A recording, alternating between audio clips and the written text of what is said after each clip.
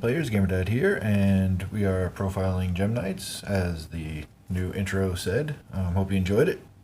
It's my first video editing experiment. I think it came out pretty good. Let me know in the comments, and here we go.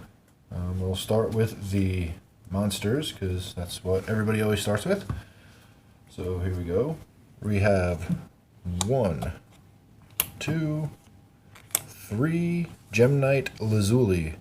Basically, when he's sent to the graveyard from anywhere, from the deck, from the hand, from the field, you get a normal Gem Knight monster and return it to your hand. So he's really good at reusing things, and he partners with 3 Obsidian. Basically, when Obsidian is sent from your hand to the graveyard, you special summon a normal Gem Knight from your graveyard.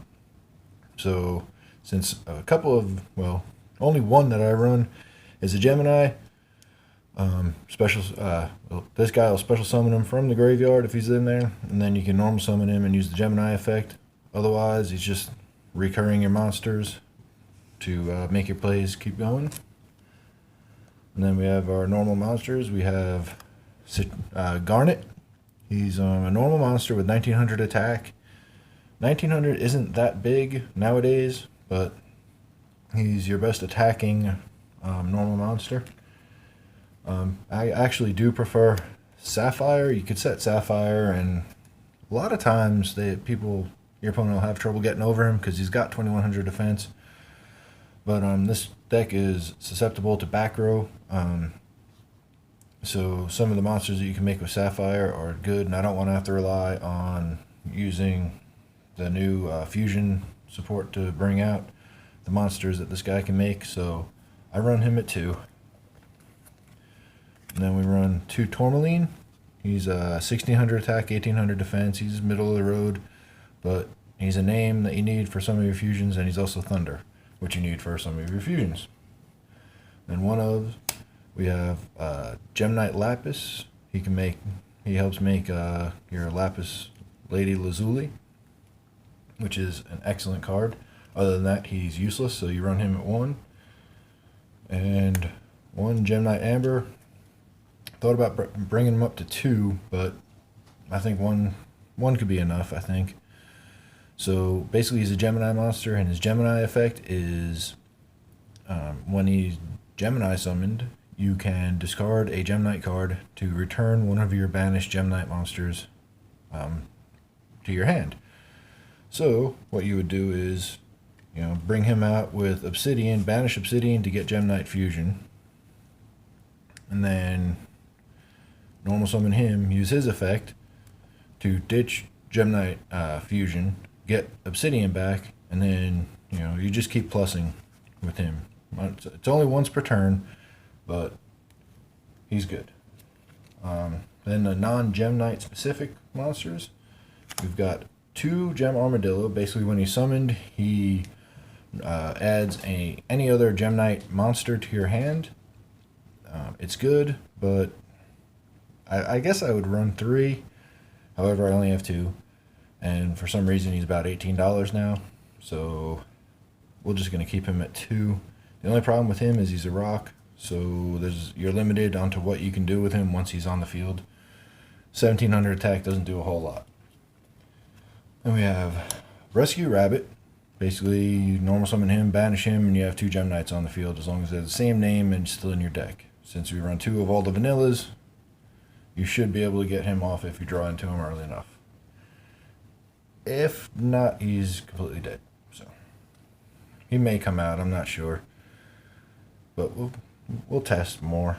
He's come in useful when I've had him. Then we have some of the new support from Core is Crystal Rose. Basically, when it's on the field, you can send a Gem Knight card from your deck or the hand, and its name becomes that. So if you have Crystal Rose and you need a name for one of your fusions, you could send the name that you need from the deck to the grave. Most of the time you use Lazuli. This way you'll get your card back. You don't get the effect, you just get the name. So Still good. Plus, if it's in the graveyard and you have a fusion monster in your graveyard, you can banish that fusion monster and special summon him. You can only do each effect once per turn, but it's a decent one-of card. And then 2 of Denko Seka. Most of the time I actually side him out because back row isn't too big anymore, but the one time I did really summon him, last time I played him, opponent set 5 back row and passed, I summoned him and he got solemn warninged. But at least I got that out of the way and it let me make my plays a different way. But he's also a light monster, so if you need be, you can use him for one of your fusions. And then last 2 monsters we have is Effect Veiler, and yes, it pisses me off that I only have 1 shiny one and 1 regular one. But Effect Negation's huge. Plus it's a light monster, so it's too good right now, I believe. Now you could side him out as need be for maxi or whatever. I think it's either 21 or 22 monsters, but let's go on to the spells. The star of the deck. Without this card, you cannot work this deck. 3 Gem Knight Fusions. It's a naturally recurring card. It's what you use to fusion almost every time you fusion, and you add it back to your hand by banishing a Gem Knight monster. So you make a fusion, banish a card, bring it back, make another fusion, banish a card, make another fusion, and so on and so forth. You could also use it for any cost that says discard a Gem Knight card. You could discard it, banish, bring it back. So it's really good. And then the second best card in the deck, we have Brilliant Fusion. Brilliant Fusion says special summon a monster from the extra deck, ignoring its summoning conditions, and use cards from your deck, send them to the graveyard. Basically, it is, was it Shadal Fusion without your opponent needing an special summon monster. So it's really good. The only problem is it makes the monster's attack 0, but you can discard a spell card to bring it back to normal, to its normal attack until the end of your opponent's turn. And if it gets destroyed, the monster that was summoned is destroyed with it. But most of the time, that monster doesn't really stay around, so it's really good. And then we have Super Rhoda in Absorb Fusion, another one of the new spells. It basically searches any Gem Knight card, spell, trap, monster. We don't run any traps, so it's really basically you use this and you get your Gem Knight Fusion. So it's like having 6 copies of Gem Knight Fusion if you needed to. The only problem is if you use this, you cannot summon anything but Gem Knight monsters. So just be careful on that.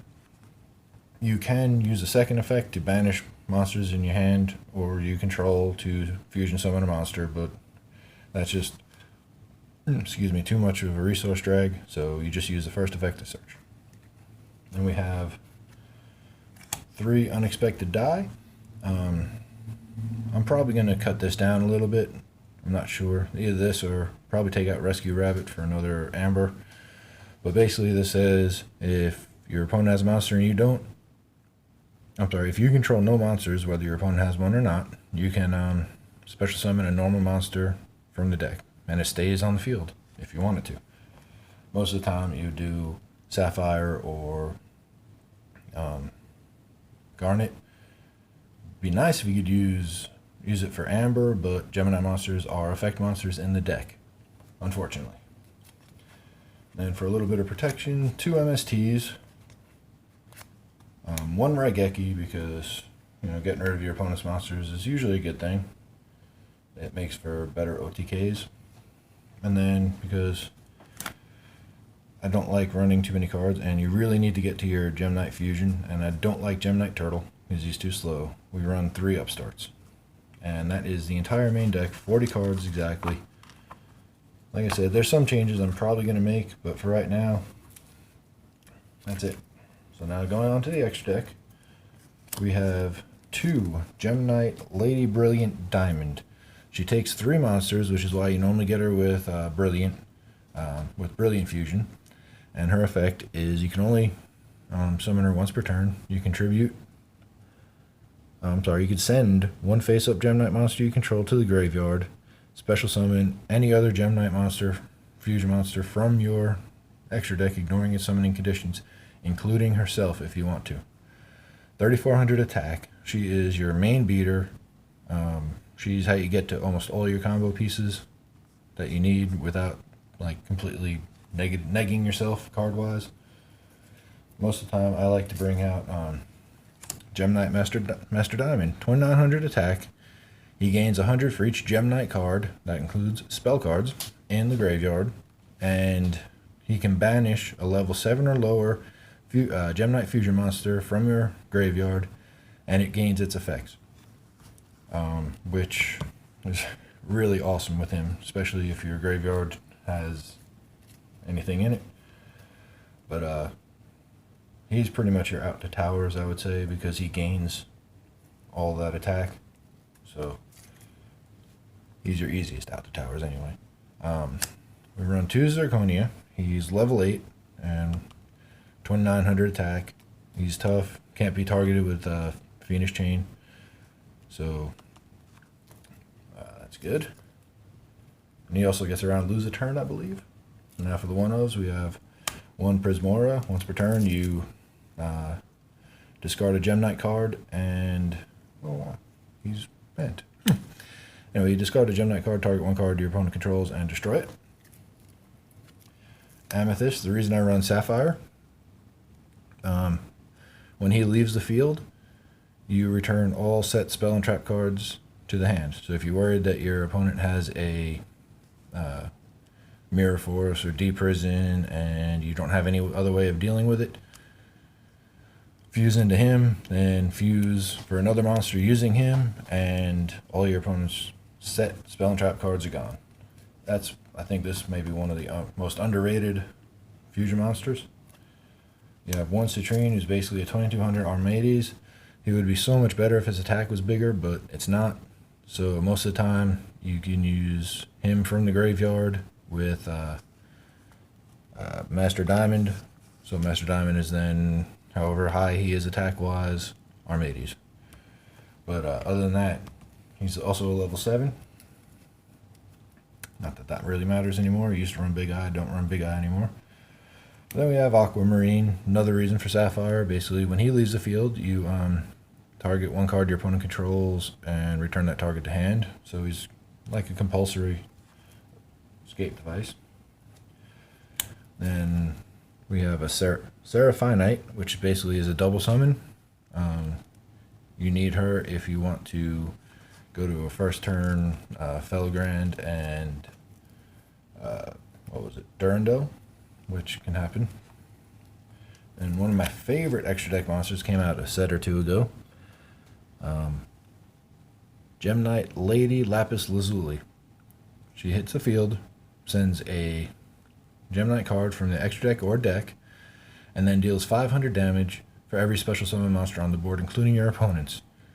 So it's not uncommon to do 2,500 points of damage with her, bring out Master Diamond, banish her, and do another 2,500 points of damage, plus you send Lazuli from the deck and you get a card back to hand.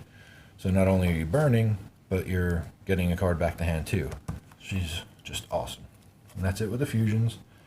Then we have 1 rank 4, Castell. You can make this any other rank 4 you want. I just like Castell. Get rid of problem cards without them going to the graveyard. Too good. Then we have Durendal, Artifact Durendal, and Divine Dragon Knight Felgrand. Basically, there is a way to, if you go first, to have this, and 1 other monster on board. Just by going first, using monsters that you have with no problem. 2 rank 5s, 2 rank 8s. This basically says anytime your opponent would activate anything, you can change its effect to destroy a spell trap card on the field.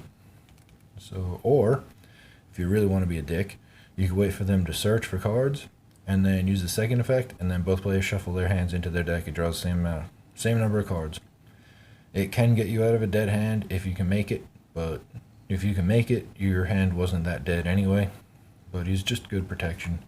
And then Felgrand, of course, you detach 1, targeted monster negates its effect, but it's completely unaffected by any other traps. So you make a board with him, your opponent Raigekis or Dark Holes or whatever, save himself with it. Or if you go to attack and Mirror Forced, he's too good. So that's it with the extra deck. And then I'll just show off a couple side tech cards. Battle Fusion. It's one of those iffy cards. I'm not sure if it's good, but it's basically honest for fusion monsters. So while running honest is awesome, I'm not sure about this one because it is a spell card. You do have to set it, so there's a chance that it could get destroyed. Plus, it kind of doesn't go with whatchamacallit, Danko.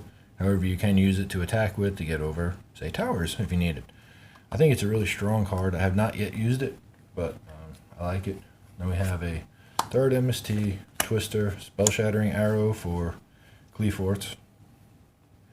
And even, Ignites for that. Anyway.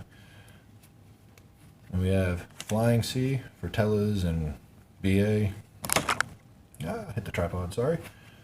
2 Trap Tricks, Trap Hole Nightmares. I really do like this card. It comes in handy when you have it. It's awesome. Artifact Lancia. I'll probably boost this up to 3 because banishing is such a big deal right now. This shuts down Cosmos for 1 or 2 turns. I would run Iron Wall, but you have to banish to get your Gem Knight back, your Gem Knight Fusion. So Lancia is a better option all around because you turn it on and off when you want it. And then 2 Light Imprisoning Mirror. It helps against Cosmos, shuts down Tellarknights if you get it early enough. So we'll do that. And then this is another one of my iffy things. Curse Seal Forbidden Spell.